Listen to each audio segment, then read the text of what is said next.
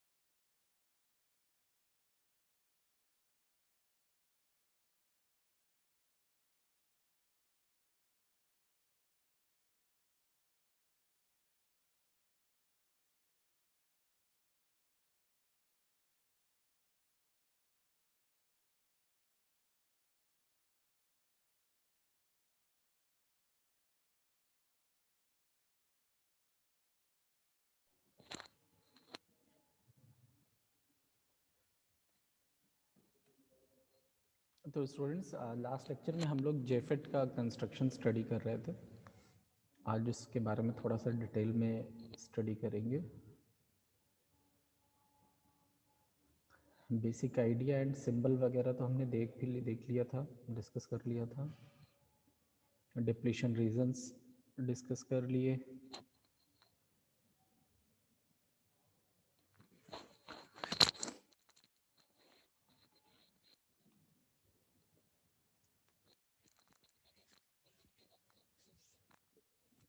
Current के बारे में हमने बताया था आप लोगों को कि करंट इसमें भी ड्रेन टू सोर्स मूव करती है, जैसे इसमें इंडिकेट किया गया है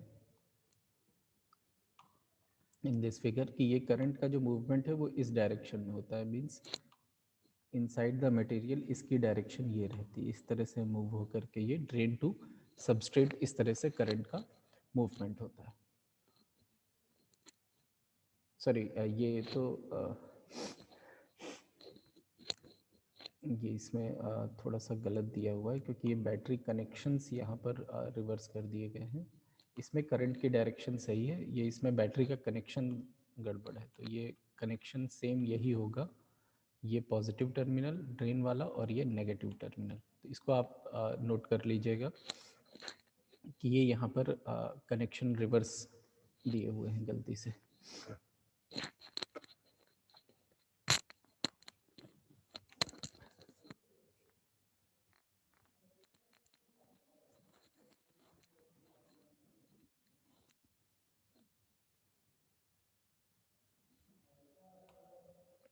तो यहाँ पर जो मटेरियल है हमारे पास में जेफेट, तो इस मटेरियल में जो आपको रेजिस्टेंसेस शो किए गए हैं, एक रेजिस्टेंस ये आर शो किया गया है ड्रेन साइड का और एक आर भी शो किया गया है सोर्स साइड का।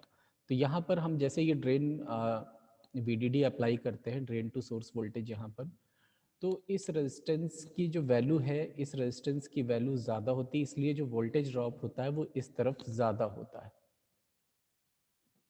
एंड कंपैरेटिवली इस रेजिस्टेंस की वैल्यू इस मॉसफेट में कम होती है। एंड दैट इज़ वाई क्या होता है कि क्योंकि यहाँ पर पोटेंशियल ज़्यादा है, इस रेजिस्टेंस के अक्रॉस ड्रॉप ज़्यादा है, तो ये जो डिप्लीशन रीजन फॉर्म होता है ये थोड़ा सा इस पोर्शन में ज़्यादा होता है और इस पोर्शन में कम होता है, इसीलिए इसका जो स्ट्रक्चर है ये नॉर्मल स्ट्रक्चर से थोड़ा सा डिफरेंट आपको शो हो रहा है, जस्ट बिकॉज ऑफ कि यहाँ पर जो ये रेजिस्टेंस है ड्रेन साइड का, this resistance is greater than the resistance of the source side, and because of the large value of resistance यहाँ पर वोल्टेज ड्रॉप ज़्यादा है, दैट इज़ वाई जो डिप्लीशन रीजन है वो इस तरफ थोड़ा सा ज़्यादा होता है। तो ये जो स्ट्रक्चर है डिप्लीशन रीजन का वो थोड़ा सा स्लाइट चेंज हो जाता है।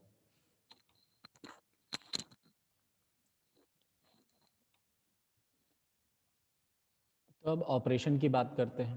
तो ऑपरेशन में क्या होगा कि जैसे करंट तो हमारी फ्लो हो रही है, ड्रेन करंट जो आपको ये शो हो रही है, तो अब यहाँ पर क्या है कि ये जो डिप्लीशन रीजन है ये जैसे ही थोड़ा सा इस तरह से होगा, तो इट मीन्स कि क्या है कि ये जो करंट है, करंट को फ्लो होने के लिए जो स्पेस की रिक्वायरमेंट है, ये स्पेस की रिक्वायरमेंट डिक्रीज हो रही है।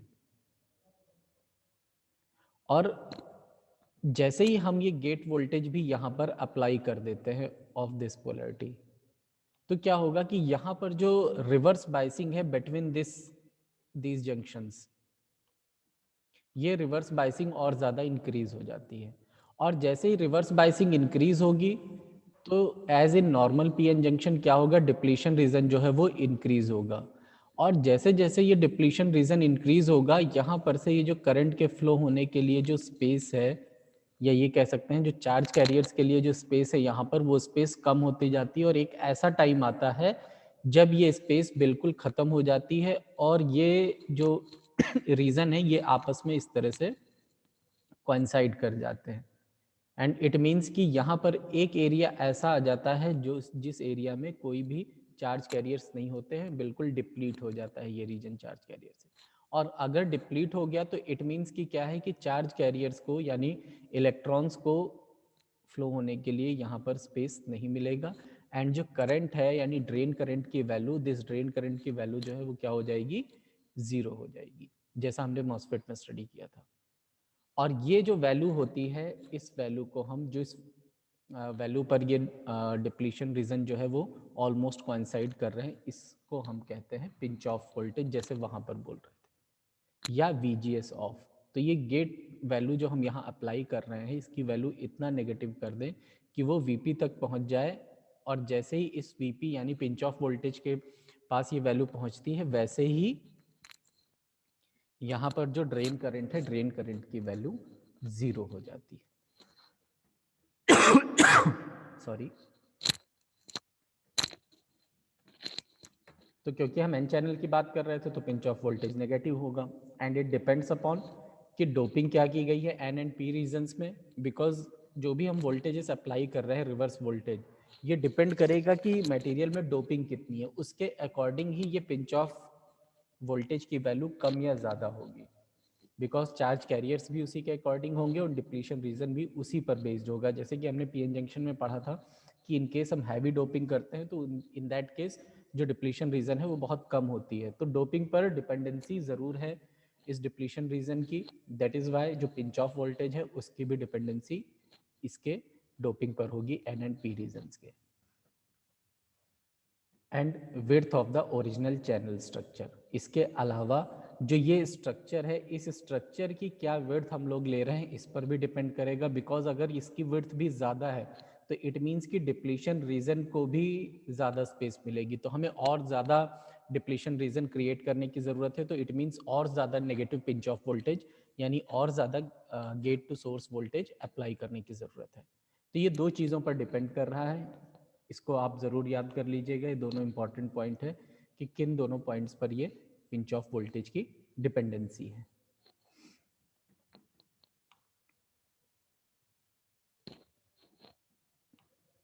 तो ऑपरेशन की बात करेंगे तो ऑपरेशन जो है चाहे एन चैनल की बात करें या पी चैनल की बात करें, ऑपरेशन एग्जैक्टली सिमिलर होता है दोनों के केस में। बस डिफरेंस कहाँ आएगा कि जो कैरियर्स है यहाँ पर चार्ज कैरियर्स, उनमें डिफरेंस आएगा कि अगर हम पी चैनल की बात कर रहे हैं या एन चैनल की बात कर रहे हैं तो अकॉर्डिंगली होल्स और इलेक्ट्रॉन्स जो है वो आपके चार्ज कैरियर्स होंगे। बस चार्ज कैरियर्स डिफर करेंगे, अदरवाइज ऑपरेशन जो है वो बिल्कुल सेम है। अब यहाँ पर भी हम कैरेक्टरिस्टिक देख लेते हैं कि इसका जेफेट का कैरेक्टरिस्टिक किस तरह का है, क्योंकि करंट इंक्रीज भी हो रही है करंट डिक्रीज भी हो रही है। तो यहाँ पर भी दोनों वोल्टेजेस पर यानी VGS और VDS दोनों पर ही डिपेंडेंसी होगी करंट की।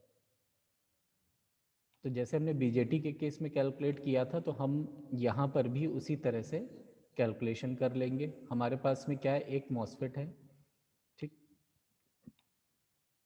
हम इस तरह से ये मॉसफेट ले लेंगे। आपको ज़रूरी नहीं कि आप इतना कॉम्प्लेक्स सर्किट बनाइए वोल्ट मीटर मीटर कनेक्ट करके, आप डायरेक्टली भी बना सकते हैं।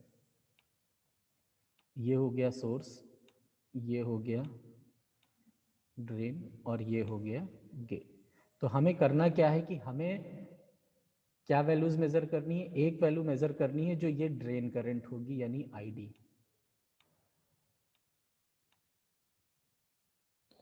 और दूसरा हमें क्या मेजर करना है, जो वोल्टेज इन दोनों टर्मिनल्स के अक्रॉस होगा, ये टर्मिनल और ये ड्रेन टू सोर्स वोल्टेज। तो इसको हम क्या कहेंगे, या तो VDD बोल देते हैं या VDS बोल देते हैं, ठीक। तो एक तो ये हो गया। इसके अलावा हमें VGS gate to source voltage यानी ये वोल्टेज कैलकुलेट करना होगा, क्योंकि ये इनपुट साइड में लगा हुआ है। तो इसे हम क्या कहेंगे, इस वोल्टेज को VGS। तो अब इस ID की जो डिपेंडेंसी है वो डिपेंडेंसी किन दो वोल्टेजेस पर है, एक तो VGS पर यानी गेट वोल्टेज, और दूसरा VDS जो हम ड्रेन टू सोर्स के बीच में अप्लाई कर रहे हैं। इन दोनों पर डिपेंडेंसी और इन्हीं वैल्यूज़ को अगर हम कैलकुलेट कर लेते हैं तो हम ट्रांसफ़र कैरेक्टरिस्टिक या VI कैरेक्टरिस्टिक यहाँ पर ड्रॉ कर सकते हैं। तो उसके लिए हमको करना वही होता है कि हम वोल्ट मीटर अप्लाई करते हैं, अमीटर अप्लाई करते हैं, वोल्ट मीटर अप्लाई करते हैं, कैरेस्पॉन्डिंग वैल्यूज़ को मेज़र कर लेते हैं।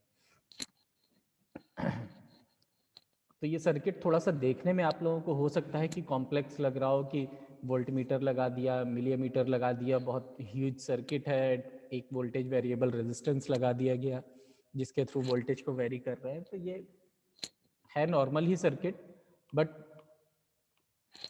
थोड़ा सा यहाँ पर जो है अरेंजमेंट देखने में लगता है कि हाँ सर्किट बहुत कॉम्प्लेक्स है। बट आप नॉर्मल अगर ये सर्किट भी बना देंगे तो उसमें कोई दिक्कत नहीं है, आप ये सर्किट भी नॉर्मल बना सकते हैं जो अभी हमने ड्रॉ किया है, उससे भी आप उसके थ्रू भी कैरेक्टरिस्टिक ड्रॉ कर सकते हैं। लेकिन आपको थ्योरी में ये चीज़ एक्सप्लेन करनी पड़ेगी कि क्या क्या वैल्यूज़ को आप यहाँ पर मेज़र कर रहे हैं। अब यहाँ पर एक चीज़ आपको शो हो रही होगी, या आप बीजेटी से अगर कंपैरिजन करेंगे तो ये जो अरेंजमेंट है ये अरेंजमेंट कॉमन सोर्स टाइप का अरेंजमेंट है, बिकॉज जो इनपुट अप्लाई किया जा रहा है वो गेट और सोर्स टर्मिनल पे अप्लाई किया जा रहा है और जो आउटपुट लिया जा रहा है वो ड्रेन और सोर्स टर्मिनल के अक्रॉस लिया जा रहा है। तो जैसे बीजेटी में होते हैं common emitter, common base, common collector, वैसे ही यहाँ पर भी होते हैं। और बीजेटी में जिस तरह से जो मोस्ट वाइडली यूज्ड एमिटर है common emitter amplifier, common emitter configuration, same उसी तरह से कॉमन सोर्स को मॉसफेट के केस में या जेफेट के केस में सबसे ज़्यादा यूज़ करते हैं।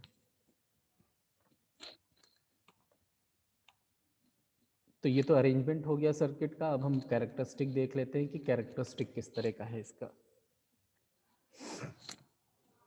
तो जैसे मॉसफेट का पढ़ा था, बिल्कुल कुछ कुछ उसी तरह का सर्किट है यहाँ पर भी।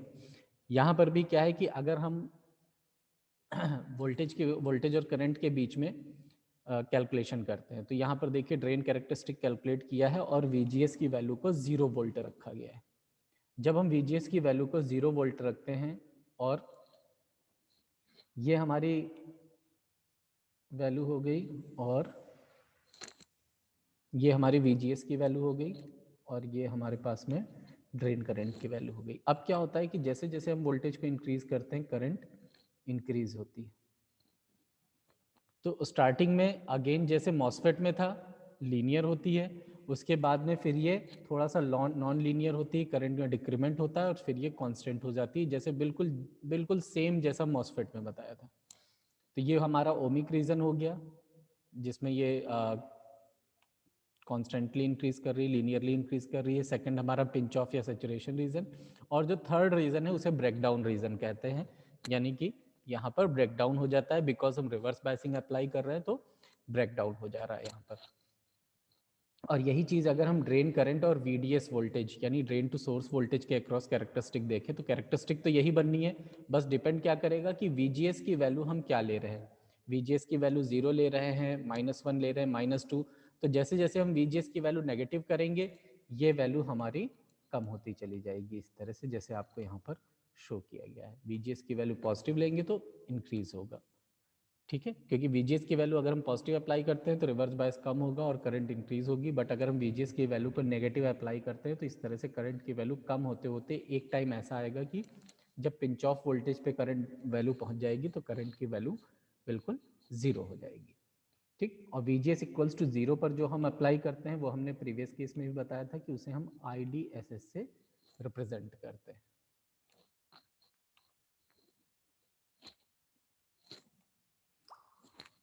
तो यहाँ पर अलग अलग रीजन्स का यहाँ पे एक्सप्लेनेशन गिवन है। ओमिक रीजन में क्या हो रहा है, कर्व AB में क्या हुआ, पिंच ऑफ में क्या हुआ, जैसा हमने बताया आप लोगों को।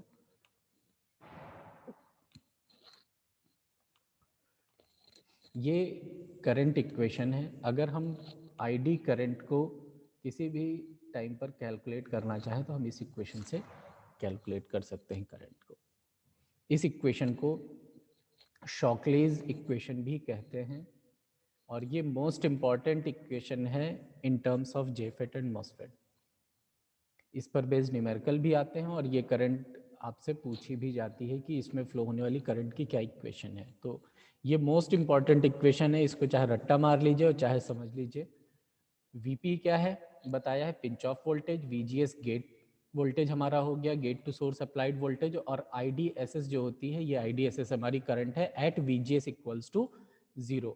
तो यहाँ पर अगर आप देखेंगे कि हम इस VGS की वैल्यू को अगर 0 पुट कर दें, इक्वल टू 0 रख दें, तो इन दैट केस क्या होगा, ये वाला टर्म हमारा एलिमिनेट हो जाएगा 0 होकर के, बचेगा क्या, सिर्फ 1। तो drain current will be equals to IDSS। तो हम इस इक्वेशन से भी देख सकते हैं कि हाँ, जब हम VGS इक्वल्स टू 0 वाले ग्राफ में करंट को IDSS बोल रहे हैं तो वो इस इक्वेशन से भी आपको मिल जाएगी कि VGS इक्वल्स टू 0 रखने पर ID की वैल्यू IDSS के फॉर्म में आ जाती है।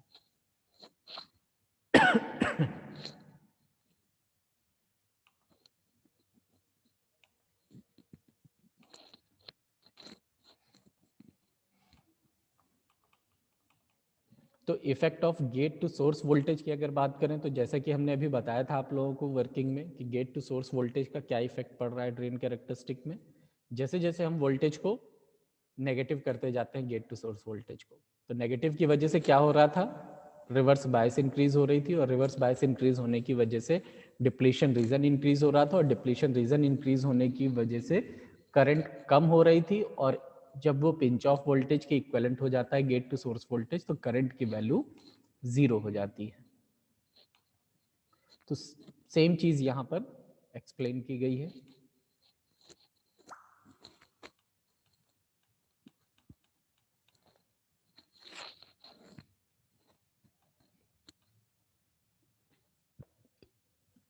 एंड ये देखिए जो सेकंड कर्व है जो हमने मॉसफेट में भी स्टडी किया था कि अगर हम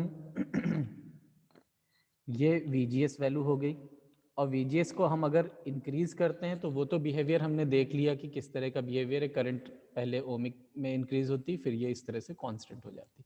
बट अगर हम नेगेटिव में VGS को इंक्रीज करते हैं यानी रिवर्स बायस में करते हैं, जो कि मेन कंसर्न है ये पिंच ऑफ वोल्टेज वाला कि ड्रेन करंट कब जीरो हो रही है, तो जैसे जैसे हम VGS की वैल्यू को नेगेटिव में इंक्रीज करते हैं तो ये जो वैल्यू आती है एक, जिस वैल्यू पर ये ड्रेन करंट की वैल्यू जीरो हो जाती है या नेग्लिजिबल वैल्यू हो जाती है, इस वैल्यू को हम पिंच ऑफ वोल्टेज कहते हैं। तो इसे ट्रांसफर कैरेक्टरिस्टिक बोलते हैं, क्योंकि ट्रांसफर कैरेक्टरिस्टिक जब भी कैलकुलेट किया जाता है तो ये ट्रांसफर के फॉर्म में किया जाता है। मींस हमने क्या इनपुट अप्लाई किया और इस इनपुट की वजह से आउटपुट पे क्या चीज ट्रांसफर हुई, ठीक है। इसीलिए इसको ट्रांसफर कैरेक्टरिस्टिक बोलते हैं कि इनपुट साइड से आउटपुट में क्या ट्रांसफर हो रहा है।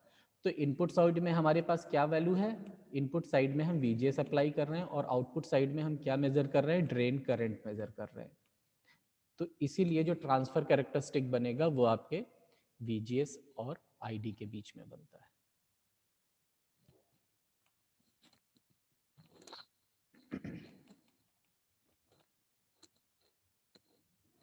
ठीक है, तो ये इक्वेशन वही इक्वेशन है IDSS equals to 1 minus VGS upon VP का होल स्क्वायर। तो VP को जैसा कि पहले भी बताया कि VGS ऑफ भी बोलते हैं, मतलब गेट टू सोर्स वोल्टेज की वो वैल्यू जिस टाइम पर ये मॉसफेट ऑफ हो जा रहा है। बिकॉज करंट की वैल्यू 0 हो गई तो इट मीन्स कि VGS जो है वो ऑफ हो जाएगा, सॉरी मॉसफेट ऑफ हो, जेफेट ऑफ हो जाएगा। तो अब ये जो स्पेसिफिकेशंस होती हैं, ये स्पेसिफिकेशंस अब हम प्रैक्टिकली अगर बात करें तो जो भी आपके पास में जेफेट गिवन होगा उसमें हर एक, मतलब जो भी इलेक्ट्रॉनिक डिवाइसेस बनाई जाती हैं उनकी एक स्पेसिफिकेशन शीट रिलीज की जाती है जिसमें कि उसके सारे पैरामीटर्स गिवन होते हैं। ऐसे ही जेफेट की भी जब हम इस स्पेसिफिकेशन शीट की बात करते हैं तो यहाँ पर जैसे कि एक जेफेट का नंबर दिया हुआ है 2N5457, इसके बारे में स्पेसिफिकेशंस गिवन है कि VGS ऑफ की वैल्यू कितनी होगी, मतलब रिवर्स बायस पे आप कितना वोल्टेज अप्लाई करेंगे, -0.5 वोल्ट, और जो ये IDSS होगी इसकी मिनिमम वैल्यू 1 मिली एम्पियर होगी। और क्योंकि ये वैल्यूज चेंज भी होती हैं तो ऐसा भी हो सकता है कि अगर VGS ऑफ की वैल्यू -6 वोल्ट है तो इसकी वैल्यू भी फिर चेंज हो जाएगी, 5 मिली एम्पियर हो जाएगी। तो ये तो खैर प्रैक्टिकली बात है, ये आपसे नहीं पूछा जाएगा कभी भी, बट ये हर एक स्पेसिफिकेशन शीट, चाहे BJT की बात करें चाहे डायोड की बात करें, जैसे कि हमने डायोड के केस में भी कुछ स्पेसिफिकेशन स्टडी किया था, पावर रेटिंग वगैरह की, कितना पावर रेटिंग होना चाहिए। तो ये सारी चीज़ें प्रैक्टिकली जो है हर एक डिवाइस की जो है नेट पर भी अवेलेबल है, आप वहाँ से भी देख सकते हैं। नेक्स्ट अगर न्यूमेरिकल्स की बात करें तो उसी करंट की इक्वेशन पर बेस्ड न्यूमेरिकल्स आते हैं। तो जैसे कि यहाँ पे डेटा शीट की बात कर रहे हैं कि IDSS is equal to 15 milli ampere and VGS off is equals to -5 volt. तो IDSS की वैल्यू दे दी गई, VGS ऑफ की वैल्यू दे दी गई। Find the drain current for VGS equal to 0 volt, -1 volt and 4 volt. तो आपको क्या करना है, VGS की डिफरेंट डिफरेंट वैल्यू रखनी है, एक बार 0 रखना है तो वैल्यू कैलकुलेट कर लेंगे ड्रेन करंट की, एक बार यही वैल्यू 1 रखेंगे, -1, तब कैलकुलेट कर लेंगे, और एक बार -4 रखेंगे तब कैलकुलेट कर लेंगे। तो ड्रेन करंट की डिफरेंट डिफरेंट वैल्यूज आ जाएंगी belongs to different VGS voltages.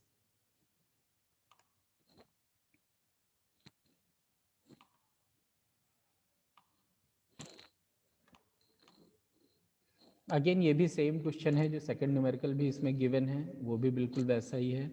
यहाँ पर बस आपसे जो पूछा गया है वो पूछा गया है ट्रांस कंडक्टेंस। तो यहाँ पर आपको VGS ऑफ दिया हुआ है -20 और IDSS की वैल्यू दी हुई है 12 मिली एम्पियर, और VGS की डिफरेंट डिफरेंट वैल्यू पर ट्रांस कंडक्टेंस पूछा गया है। तो हम डिफरेंट वैल्यूज उसकी निकाल लेंगे आईडी करंट की, जैसे कि प्रीवियस केस में कैलकुलेट किया था इस तरह से। और जैसे ही ये वैल्यूज आ जाएंगी तो हम यहाँ पर करंट और वोल्टेज के बीच में ग्राफ प्लॉट कर देंगे। तो जिस तरह से हमारे पास में रेजिस्टेंस होता है, अगर हम रेजिस्टेंस इक्वल्स टू लिखते हैं तो V अपॉन आई लिखते हैं, तो जो ट्रांस कंडक्टेंस है, ट्रांस कंडक्टेंस जस्ट रिवर्स होता है। यानी कि अगर हम ट्रांस कंडक्टेंस को लाइक जैसे G से रिप्रेजेंट करें तो it will be equals to 1 upon R, यानी equals to I upon V। तो ये जस्ट रिवर्स कैरेक्टरिस्टिक होता है रेजिस्टेंस का। तो अगर हम इसको ड्रॉ करते हैं तो ये वोल्टेज जो ड्रॉ होगा, सॉरी ये जो कर्व ड्रॉ होगा ये V और I हो गया, मतलब कि हम यहाँ पर V और I ड्रॉ कर दे रहे हैं। ऐसे ही जब ट्रांस कंडक्टेंस की बात कर रहे हैं तो I और V के टर्म्स में ड्रॉ कर दिया है। तो ट्रांस कंडक्टेंस कुछ नहीं है, नॉर्मल जैसे रेजिस्टेंस है, यानी VI कर्व भी हमें ड्रॉ करना है ट्रांस कंडक्टेंस के केस में भी, वो सिर्फ और सिर्फ कंफ्यूज करने के लिए वहाँ ट्रांस कंडक्टेंस कर्व दिया हुआ है। तो हमें VGS की वैल्यू पता है, जो भी वैल्यूज क्वेश्चन में गिवन है डिफरेंट वैल्यूज, और I की करस्पॉन्डिंग वैल्यूज हमने ID की कैलकुलेट कर ली और एक ग्राफ प्लॉट कर लिया। ये 20 पर कितनी वैल्यू आई, 15 पे कितनी वैल्यू आई, 10 पे कितनी वैल्यू आई, 5 पे कितनी वैल्यू आई, और ये 0 पे कितनी वैल्यू, और उसके बाद में हमने इन सारे पॉइंट्स को ज्वाइन कर दिया एंड ग्राफ प्लॉट हो गया।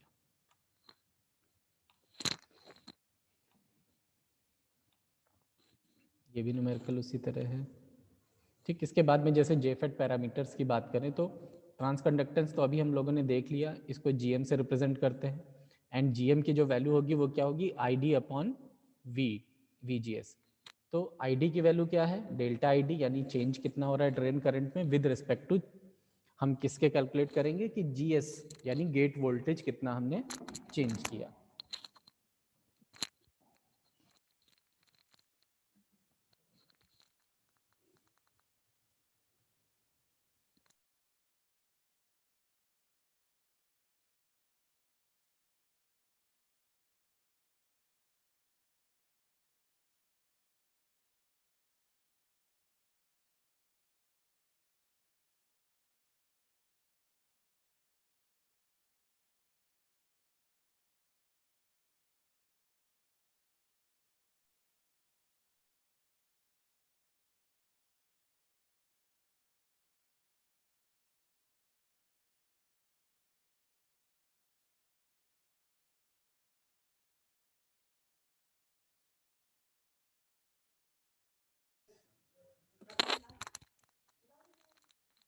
तो जैसे हमने ट्रांस कंडक्टेंस का फॉर्मूला देख लिया, इसी तरह से नेक्स्ट वैल्यूज हैं हमारे पास में, जैसे DC drain resistance.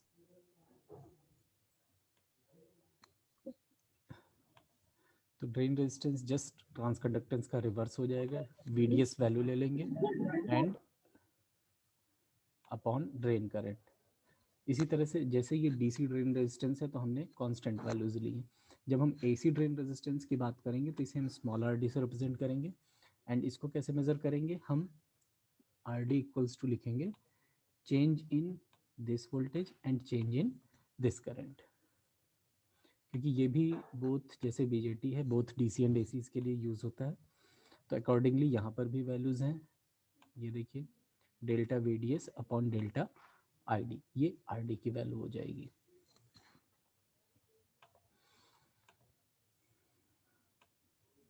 And next जो इसमें पैरामीटर है दैट इज एम्प्लीफिकेशन फैक्टर, इसे म्यू से रिप्रेजेंट करते हैं। एंड एम्प्लीफिकेशन हम अगर कैलकुलेट कर रहे हैं, यानी कि ये एम्प्लीफिकेशन फैक्टर का मतलब हो गया कि हम ये कह सकते हैं कि it is gain of the MOSFET, जैसे हम ओप एम्प में पढ़ रहे थे एम्पलीफायर्स में। तो एम्प्लीफिकेशन फैक्टर का मतलब हो गया कि ये गेन को रिप्रेजेंट कर रहा है, और गेन का मतलब क्या हो गया कि आउटपुट अपॉन इनपुट। तो हम यहाँ पर आउटपुट अपॉन इनपुट कैलकुलेट कर लेंगे, तो आउटपुट वोल्टेज क्या हो जाएगा, drain to source voltage upon gate to source voltage.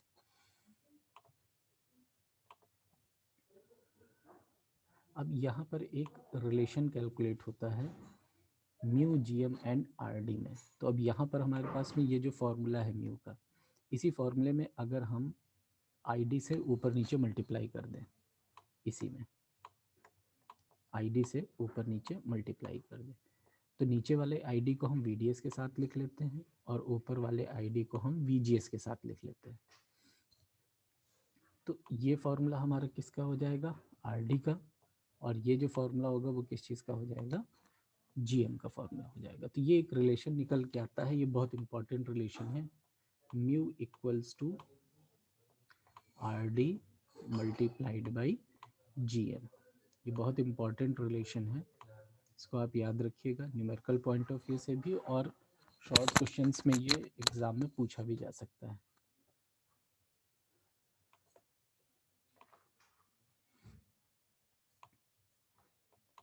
ऐसे ही इनपुट रेजिस्टेंस भी है। इनपुट रेजिस्टेंस में हम इनपुट के पैरामीटर्स ले लेंगे, जो इनपुट करंट होगी यानी गेट करंट, और ये गेट वोल्टेज, तो VGS अपॉन IGSS।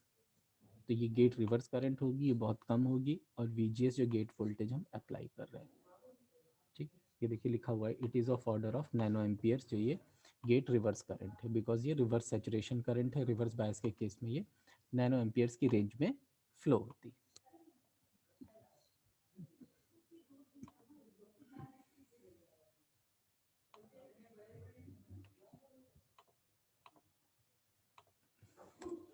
कोई डाउट स्टूडेंट्स?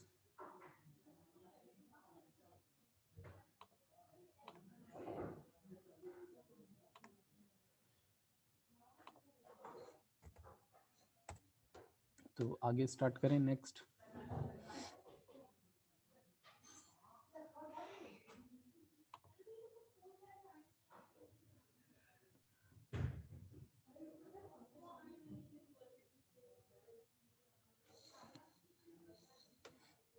ठीक है, तो नेक्स्ट हम स्टार्ट करते हैं।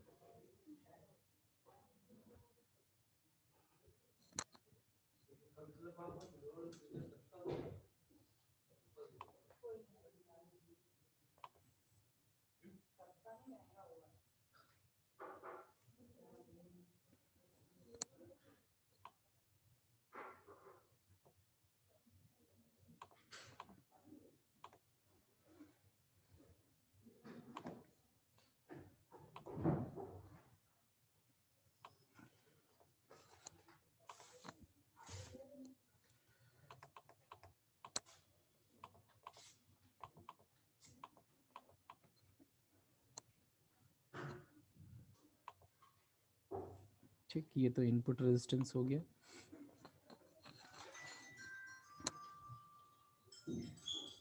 ऐसे ही अगर हम मैथमेटिकल वो निकालना चाहें रिलेशन ट्रांस कंडक्टेंस का, तो वो इसी करंट से कैलकुलेट कर सकते हैं।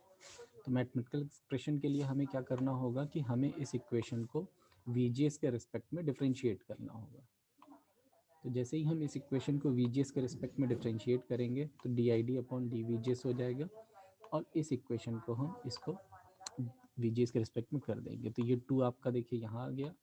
रेस्ट आप लोग पूरा डिफरेंशिएशन जानते हैं, तो 1 माइनस VGS अपॉन VP आपका एज इट इज़ आ जाएगा। उसके बाद में फिर इस टर्म का हम फिर से डिफरेंशिएशन करेंगे, 1 का 0 हो जाएगा और VGS का हो जाएगा 1 अपॉन VP। तो इस तरह से हमारे पास में जो टर्म आएगा वो GM का ये एक्सप्रेशन एक और आ जाएगा ट्रांस कंडक्टेंस के लिए।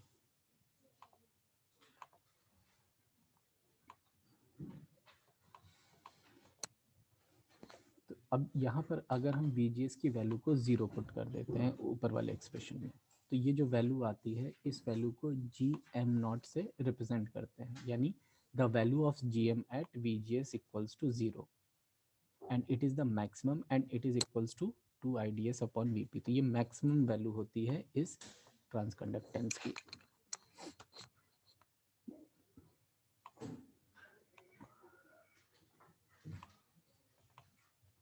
रेस्ट फिर ये न्यूमेरिकल्स हैं, नॉर्मल फार्मूला बेस्ड न्यूमेरिकल्स हैं।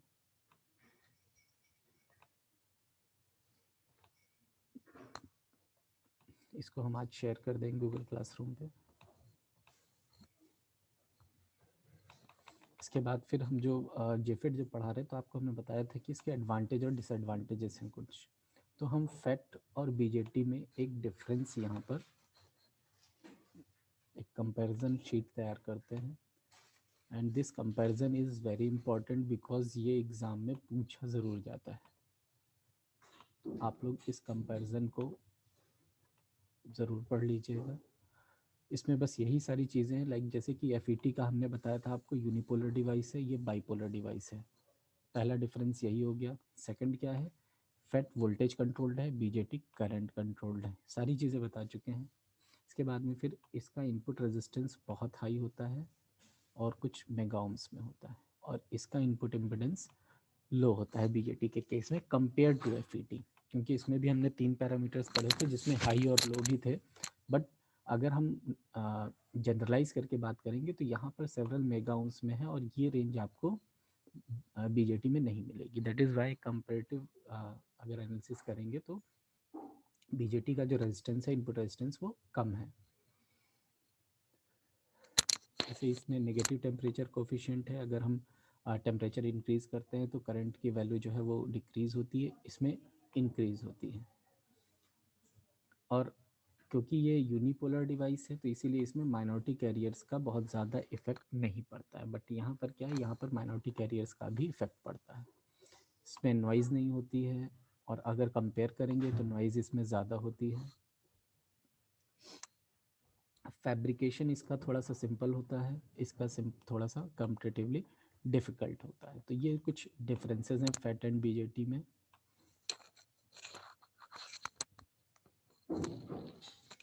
ऐसे ही हम इसका एक एप्लीकेशन और है फेट का, वो है as a voltage variable resistance. यानी इसको हम इस डिवाइस को वोल्टेज वेरिएबल रेजिस्टेंस की तरह भी यूज़ कर सकते हैं। और किस तरह यूज़ कर सकते हैं, अगर हम इसको इस रीजन में यूज़ करें, ओमिक रीजन में, तो हम इसको वोल्टेज वेरिएबल रेजिस्टेंस की तरह यूज़ करते हैं। बिकॉज किसी भी डिवाइस का कुछ ना कुछ रेजिस्टेंस ज़रूर होगा। और यहाँ पर क्या है कि क्योंकि ये ओमिक रीजन आपको दिख रहा है, तो अगर हम इसको VGS की वैल्यू ये रखेंगे 0, तो इस टाइम पर अगर हम VI निकालेंगे V/I, तो रेजिस्टेंस की वैल्यू कुछ और होगी। VGS की वैल्यू -1 कर देंगे तो ये वैल्यू आ गई हमारे पास में। इस टाइम पर अगर हम V/I कैलकुलेट करेंगे तो वो डिफरेंट होगा। तो V/I हमारा क्या है, रेजिस्टेंस। ये वैल्यू हमारी किस चीज़ की होगी, रेजिस्टेंस की होगी। तो अगर हम इस रीजन में यूज़ कर रहे हैं तो VGS की वैल्यू को चेंज कर करके हम इसमें डिफरेंट रेजिस्टेंसेस की वैल्यूज़ को ऑब्टेन कर सकते हैं। इसीलिए इसको वोल्टेज वेरिएबल रेजिस्टेंस की तरह भी यूज़ किया जाता है। तो एक एप्लीकेशन इसका वोल्टेज वेरिएबल रेजिस्टेंस की तरह भी होता है।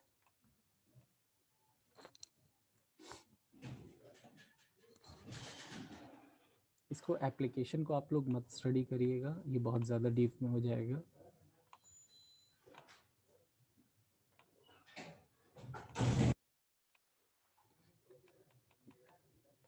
इसके बाद में ये कुछ फीचर्स गिवन हैं इसके JFET के, तो ये तो सब हम लोग डिस्कस ही कर चुके हैं, फीचर्स जितने भी एडवांटेज डिसएडवांटेज, और कुछ एग्जांपल्स भी और गिवन है। तो एग्जांपल्स आप लोग अपनी प्रैक्टिस के लिए सॉल्व कर लीजिएगा, फॉर्मूला बेस्ड एग्जांपल्स हैं, नहीं तो ट्यूट शीट में हम इसको डिस्कस कर लेंगे कुछ और एग्जांपल्स भी इसके। इसके बाद डिटेल्ड एप्लीकेशंस हैं, ठीक है। तो ये इसमें अब बहुत ज़्यादा कुछ नहीं है JFET में, जितना आप लोगों को पढ़ना चाहिए उतना हमने बता दिया है। ये आप लोग जो है छोड़ दीजिएगा इसको।